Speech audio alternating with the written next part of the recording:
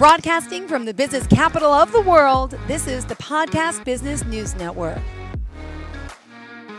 Welcome back to the show. Are we joined by Randy Swaim? Can you hear me? Yes, I can. Awesome. Did you just sit and hear the music? Yeah, and until just at the end of it, but yeah, cool. Oh, okay. I'm sorry, but we are excited. No. We're here, joined live again. We're just doing some technical stuff, getting him on the phone, doing a little Zoom. If you're just on the podcast, you're like, what's happening? But we're here. We know we're a little late, but we're excited. We're back with the master in charge of our Marshall Goldsmith certified executive coach. And of course, the founder of Coaching for Relevance. That's coachingforrelevance.com, based out of, the Fort Worth, Dallas area, right? But he's worldwide. Yep. Oh my goodness, with his executive coaching, the PhD, the books, the movie, the YouTube channel. He has it all. Hi. Well, hi. I'm humbled. Thank you. Yes. Pleasure to see you here. Happy early holidays. Yeah. What are we going to discuss today, Well, Randy? what I was gonna do today is last week when I was on with Steve, I brought out one basic little concept of leading your teams, particularly in rapidly changing environments. So what I'll probably do is remind people of what that was, because on this one, I want to bring forth a little bit of a deeper mindset that is very characteristic in a lot of societies in today's world. But leaders need to be aware of it, and they need to be aware of how they're not going to necessarily just do that. And so we'll that's kind of what I'm going to sort of focus on that today. So it's a pleasure being with you and all of that. And I always appreciate it. Aw, ditto. Thank you so much. And always a pleasure having you here. This is exciting stuff. You're busy as always. Where are you in the world today? This world, we're slowing down over at the airport a little bit because of the holidays. But the Hollywood movie documentary, they said they're expecting that it's going to be complete by Christmas. So probably within the next few days, I'll get a copy of it. And then once I look at it and approve it, we sign the contract and it gets published on platforms and all that kind of stuff. And so, yeah, just a lot of good things like that are just neat for going forward and leaving an impact and all that, so yeah. Oh, that's exciting stuff. I can't believe the holidays are here. I'm just overwhelmed with joy. Do you take a break at all for the holidays? I do, because over at the airport, it slows down for about, typically from Christmas Eve till, January 2nd or 3rd kind of thing. And so, taking a break this year, I'm not going to be traveling anywhere. I'm going to be being right here, visiting the non-biological great grandkids and stuff, but also doing just a little bit of sort of administrative work over at the airport and everything to help out. But that's it. It's going to be a nice, relaxing time, nice resting time. Oh, good. I know. I'm looking forward to it. A little R&R, but I'm still working through it all, and I got the kids home too, so that'll be extra fun. But it's always good, the holidays. But the coaching cool. Starts up, I'm sure, right away. But you're doing everything virtually. You're still, able to contact your clients. I'm sure they still need you over the holidays, don't they? Yeah, sometimes. In fact, tomorrow afternoon, I'm getting together with one client and stuff, and coaching some. And so there are things that people need to really bring to their understanding, and not just rote academic things, but real things that are realistic in their journey, and that's a key part of it. Oh, and where are we taking the journey? You've helped so many along their journeys and your own journey. Who gave you your help? Who guided you? I mean, seriously. I got to tell you, I will tell you this, that really in my life journey, when I look, and my autobiography talks about this, but suffice it to say, the short answer to that question is, and particularly when I was in the military, I served with some of the most incredible leaders that anybody can ever imagine. And I mentioned one of them was Richard B. Myers, who was a lieutenant colonel when I worked with him, but he became the 4-star general. He was the chairman of the Joint Chiefs of Staff from about 2001 to 2005 or so. But I learned so much about leadership from him, and I kind of mentioned that in my autobiography. And there's just a lot of stuff like that through my journey. There's not a lot of, just rote coaches that I've been connected with, but I've learned so much from being aware of the way people do things and the way that's right and the way that really brings results and growth and development and all that. And guess what? It was coaching styles. And so, yeah, been pretty amazing. Oh my goodness. Well, we're honored to have you here and just want people to know how they contact you. Let me just repeat that, or you can tell us what are the best ways. Coachingforrelevance.com, and how else can they reach you and pick up a Yeah. copy of the book and all that? Yeah, if you go to my website, at the bottom of the homepage on the website, it has my email and my cell phone number. And as you know, you've heard me say this before, that I don't do cold sales pitches.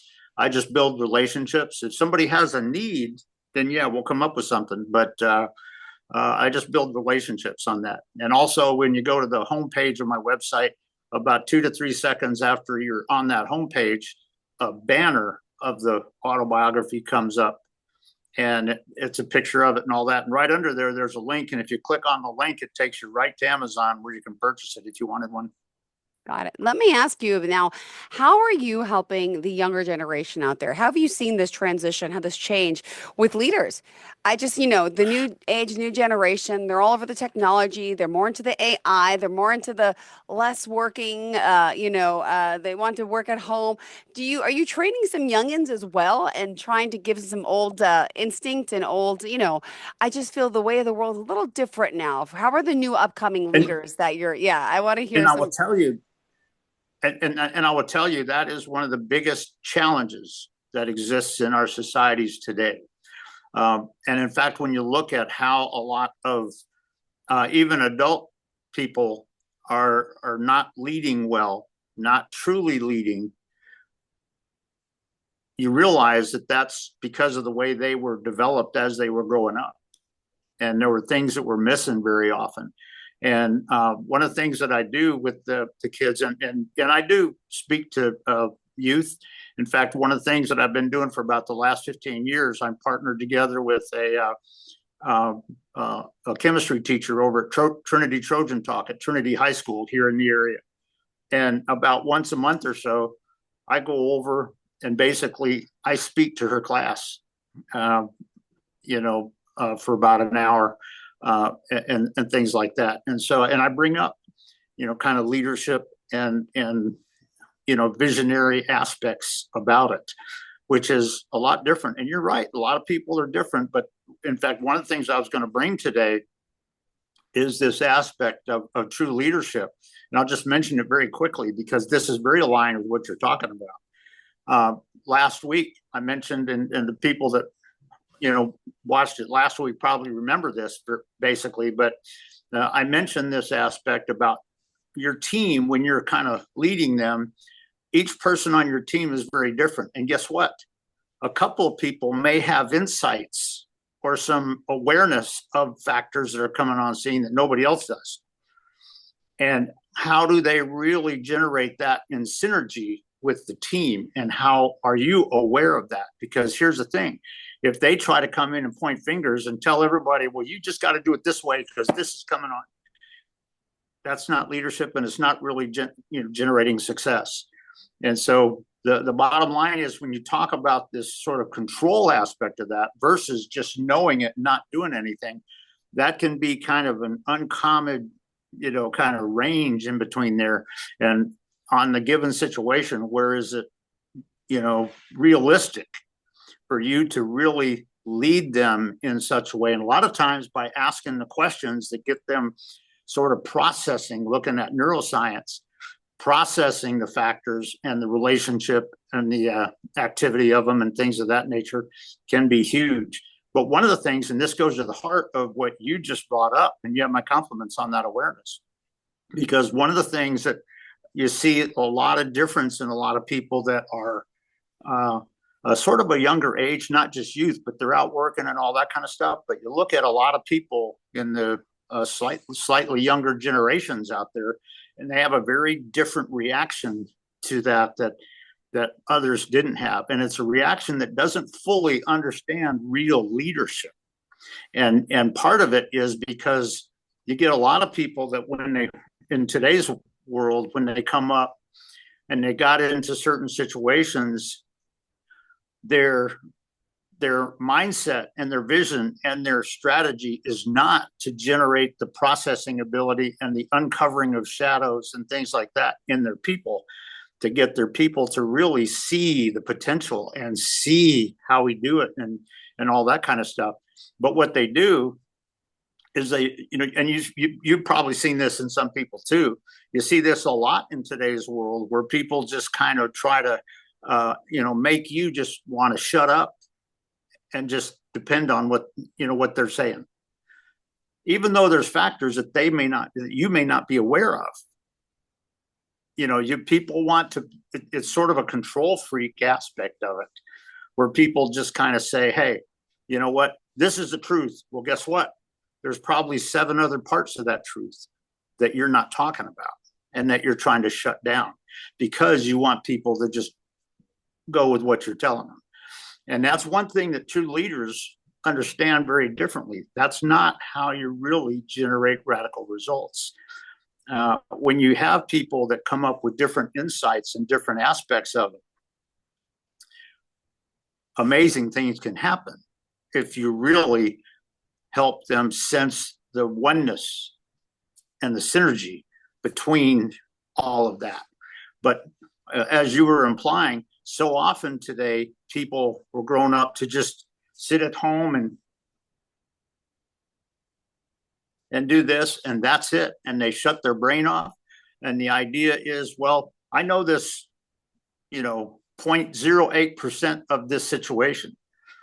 And so, we just got to do this. Well, guess what? The rest of it doesn't matter because I'm just trying to get people to just capitulate to me and what I think on it. And there are a lot of cases out there where you can see that happening, and you can see that across societies and different areas in today's world. And in fact, you can see some results of that are kind of not good, but also very bad. And a lot of people just say, well, it should have been like this. It wasn't. And so when you're talking about this aspect of leading, and what you said is kind of a hint. You got to realize, and one of the things that I've done with my non-biological great grandkids, and one of the things that I do with a school over there, it comes out that I get them thinking about things, and most of them respond well. And so, when you're leading your teams and all that, that's something you want to be thinking about. Well, as a natural born leader and, as a hard worker, teaching so many in all different fields and businesses, right? Let's get that out there. You working with corporations, you're working with people, CEOs, entrepreneurs, but in every type of genre and field, right? Let's be honest. You're not just pilots, not just, right? That's right. That's right. That's right. And that's a key aspect of it. And I know we're getting close on time and everything, but also the battery and all that kind of stuff. But the bottom line is, true leaders understand that, because, when you look at combat and military leaders, when they've got to lead people, their soldiers going into combat or whatever, they have to be aware of a lot, but they also have to be aware of, almost in a sense of real getting to the results, to what extent do they really have to focus here or there, or kind of how do you get your awareness up there and situational awareness. So this whole thing relates to that situational awareness situation. And if you get people that are just, as you said, just at home going like this, and that's all they're used to, or people that just give you a simple answer, and I just want you to just accept what I said and don't talk about it anymore. Yeah. We don't need to discuss it anymore or anything like that. If that's the mindset, guess what? Bad things happen. and you're Oh, not getting the job done, and you're not developing the true potential in your team. And so it's very key on that. No two ways about it. oh, well, thank you for that. And yeah, we have 5 more minutes left. We still got some more time, Randy. What else do you want to say to us before the holidays? The big thing that I'll just say on the holidays is simply this, that I wish everybody a Merry Christmas and a wonderful New Year. And it's one thing to enjoy the holidays, but as you step forward in the new year, what's your vision for what you want to develop and become in 2025? And when you get a vision of that, what do you need to do different? What are some of the factors that you need to be very, open on? And that's just something to think about. Wow. Do you make New Year's resolutions? Do you do that or no? Basically, I ask questions that get people to do it for their sake. I do it for some of my family members and all that. But yeah, it's pretty wild, and it's not just celebrating the new year, but it's catching the real vision of how you want to become even better. Take all that you are to the next step, Mm. whatever level that is, and that's a key aspect about it. Oh my goodness. Well, you as a leader, I just, I love hearing, stories. Could you share with us an example of someone that I'm sure you're friends with everyone that you've worked with? And I've heard some great, testimonials about you and your work. And Mm-hmm. if you Google you, you got plenty of great reviews out there. Tell Yeah. us about someone in particular that you've been working with over the years and the type of relationships that you developed with them and how you've helped them grow personally, corporately, business wise. Would love to hear a story.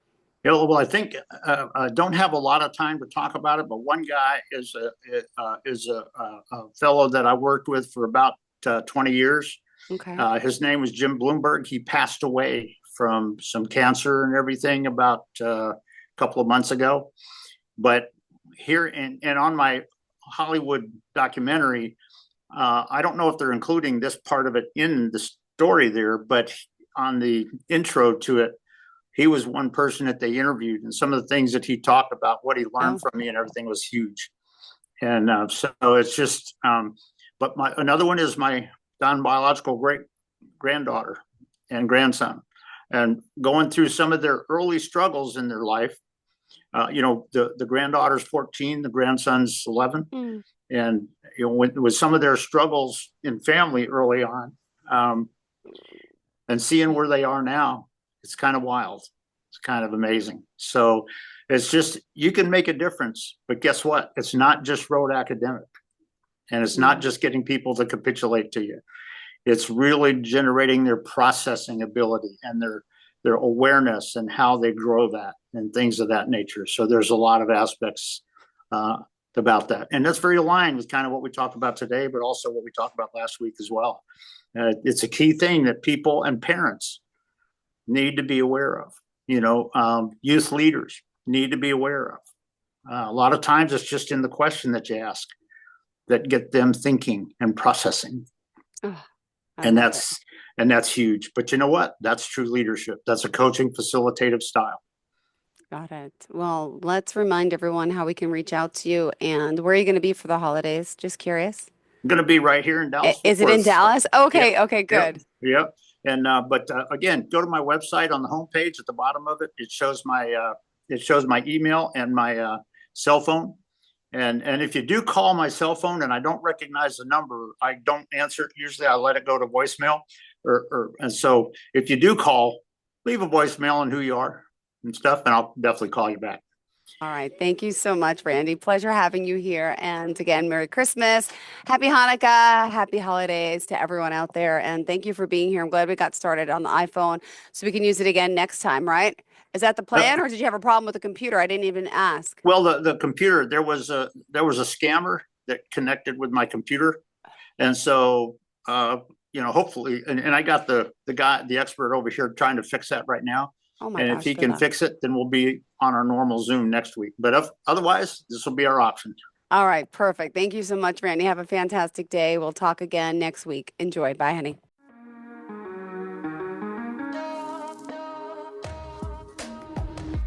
Broadcasting from the business capital of the world, this is the Podcast Business News Network.